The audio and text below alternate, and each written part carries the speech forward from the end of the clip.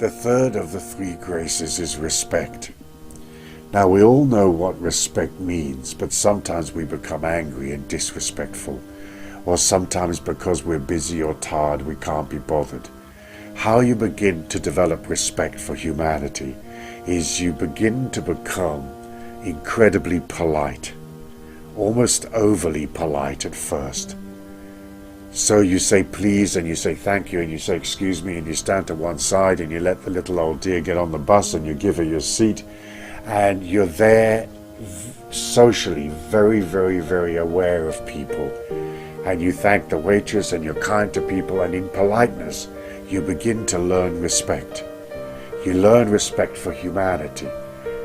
It requires you to go to a non-critical, non-judgmental place, because you have to respect the things you don't like as well as the things you do like, and the people that disgust you as well as the people that you're thrilled to be with. So respect becomes a spiritual exercise because it's a way of saying that you're humble in the eyes of God, and these people that are all around you are all manifestation of God. So if you're disrespectful to people, then you're sort of trying to insult God at the same time. You don't have to agree with people, but you have to be respectful of them or of their opinion. So you can say to somebody, look Harry, and I hear what you're saying, but I don't agree with what you're saying, or my attitude's slightly different, but I honor your decision to be whatever it is you want to be, or believe whatever it is you want to believe.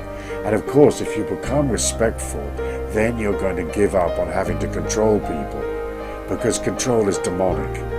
I've said in my writings there's a difference between administration and control.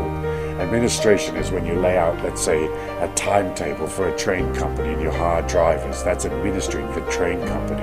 It's not controlling the drivers because they have an option to work for the company or not. But control of other humans always comes from this demonic power trip, or it comes from fear. So you start to control people because you think that they're going to run away or leave you, or they're not going to pay you, or they won't fulfill the needs that you have of them. It's very demonic, and when you start to control, then you can see how you're being disrespectful of them, because you have to allow humans to be whatever they want to be. You could say to them, hey guy, there's a cliff there. If you go any further, you'll fall off.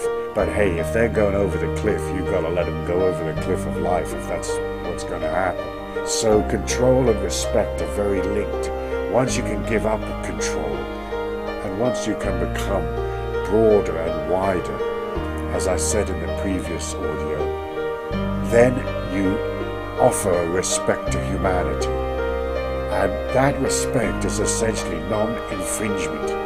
You're not going to infringe upon people or influence them or intimidate them or manipulate them or control them or frighten them into various actions that they wouldn't take normally. So as you understand that, you're trying to walk through the world in a very spiritual way, being there for people tenderly, being there with the generosity of your soul, but also respecting who they are and what they are. Allow them to be the homeless person in the street that's lying there in his or her own urine, that's filthy dirty. You don't have to fix it. You don't have to be callous towards it either, but you don't have to fix it.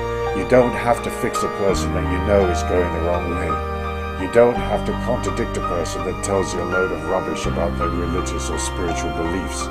You can just allow them to be. Now, if you're a writer like I am, I post things on the internet site which may contradict people enormously, but I'm not personally contradicting them, and they can read my stuff and reject it or accept it or whatever, and they're free, so you can see how it doesn't infringe upon their soul. They can do whatever they want to do, or they can click the site off and never come back. But we're looking at non-infringement, and that's this beginning essence, the simple baby steps of respect.